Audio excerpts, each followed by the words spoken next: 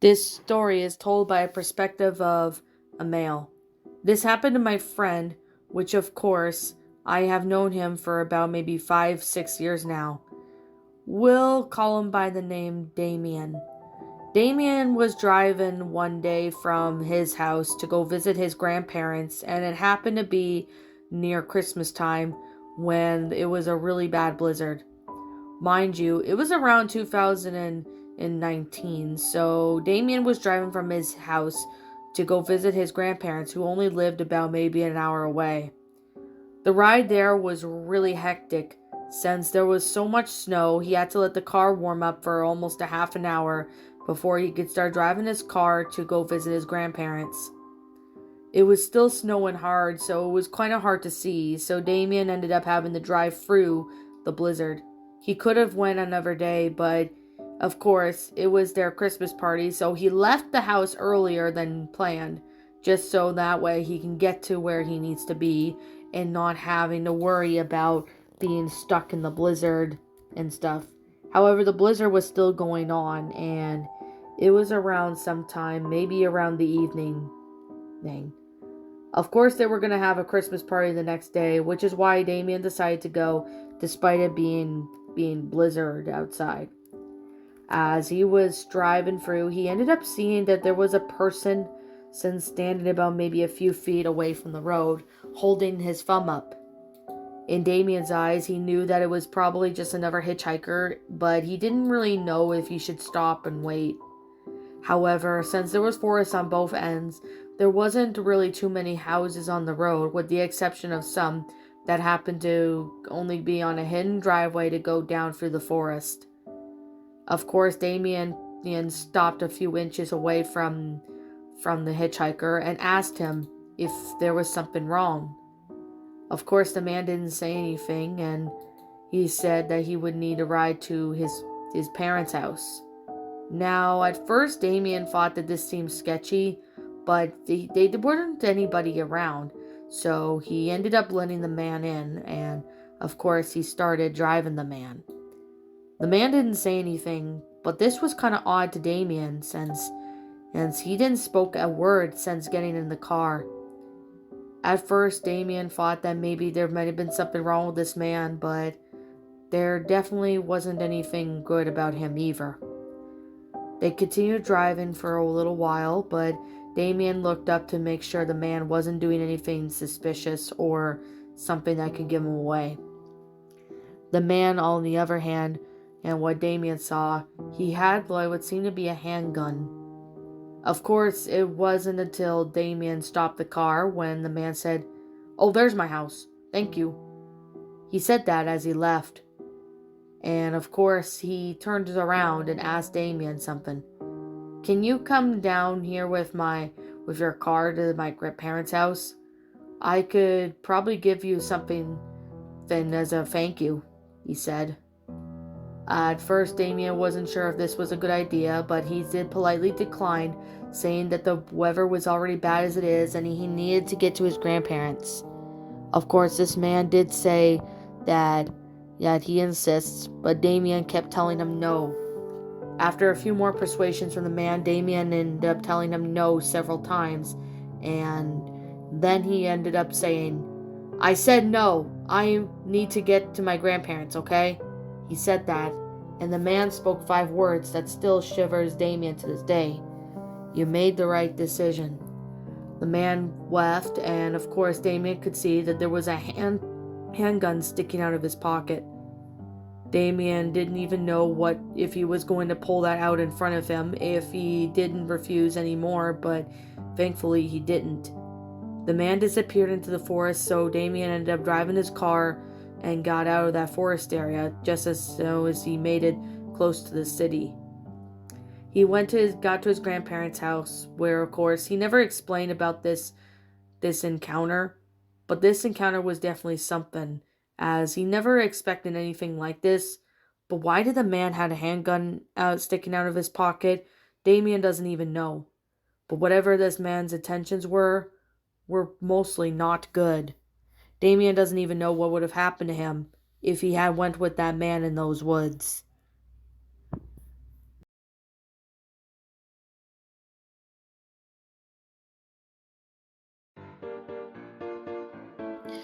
Now, this took place some time ago, and this happened back in 2013 when my dad was a tow truck driver at the time. Dad had been, doing tows for a while, but of course, he did have his fair share of really weird and strange encounters. This one, though, was pretty questionable.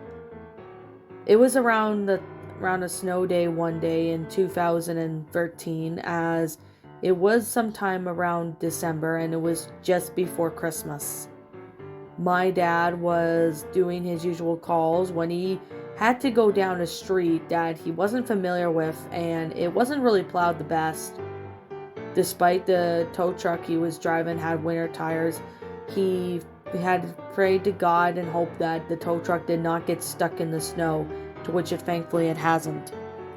While going down this road, though, he ended up looking up to see that there was a figure about maybe 6 feet tall, and he looked like he was wearing a hooded jacket and cargo pants. He just stood in the middle of the road, and my dad was only maybe a couple feet away from it and was confused as to if this guy was really walking across or not. He just stood there in the middle, as if he wanted to get hit by a car. My dad ended up getting out of his tow truck and approached him, asking him if he's okay, but of course, the man didn't reply with anything. He just kept walking, and he just disappeared off into the snow.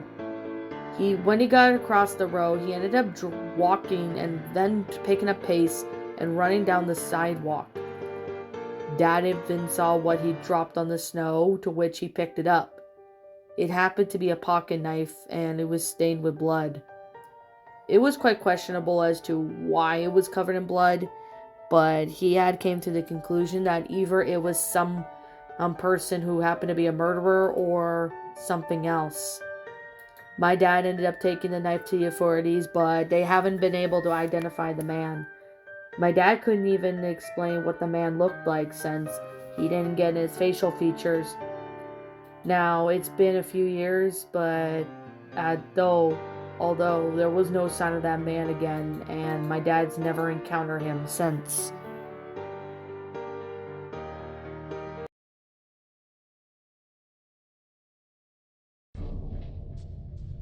So this happened to one of my friends who was living somewhere in Montana at the time, and it was a really bad blizzard. I am going to call her by the name Lindsay. Lindsay was driving in a blizzard one day as she was coming home with her husband from a party from her parents' house. They were having some sort of little get-together since she hadn't seen them in about a few years. So a reunion party was definitely what they needed. Keep in mind that Lindsay was about 20 at the time of this story, so she was driving down a really deserted road. What I mean by that is that there's barely anything for miles with the aside of trees on both sides. Lindsay and her husband were driving for the blizzard, but of course though, they had to end up making sure that no one was around, and they took their time while driving slow. However, once the roads were not so bad, she did pick up pace but couldn't go very fast due to the blizzard. While the blizzard was going on, Lindsay was keeping an eye on the road when all of a sudden she saw something big and black running across the road. She ended up slamming her brakes, praying to God and hope her car didn't hit whatever it was. After her car stopped, she ended up pulling to the side of the road and getting out her gun that she carried for protection. She walked out to see the footprints in the snow, but of course, she couldn't even see if it was human or not. Whatever it was, there is a good chance that it must have been an animal. Of course, Lindsay looked over and saw that there was no one there. However, though, the footprints were hard to identify, so she couldn't really see as to what it was. They lived in the countryside, so they didn't live too far from these forests. They went home, and everything seemed to be going normal after that. But however, though, Lindsay still is not sure what she encountered in those woods.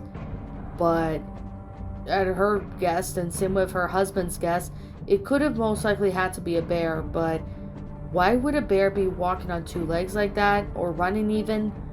That's even impossible.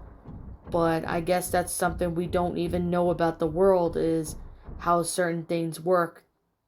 We don't really know what's out there, but Lindsay is not even sure what that creature is, but nothing like that has ever happened since. And she moved from Montana at least a year later to Minnesota for a better their future, since she had gotten a better job opportunity. This story will still play in her mind every now and then, but she still even has questions as to what it was. But she didn't even tell her anybody about this story, since she would think everyone would think she's crazy. Now, what that creature was, I don't even know. And Lindsay and her husband are still aren't sure today as to what that creature was, but at the same time, they really don't know what to really think.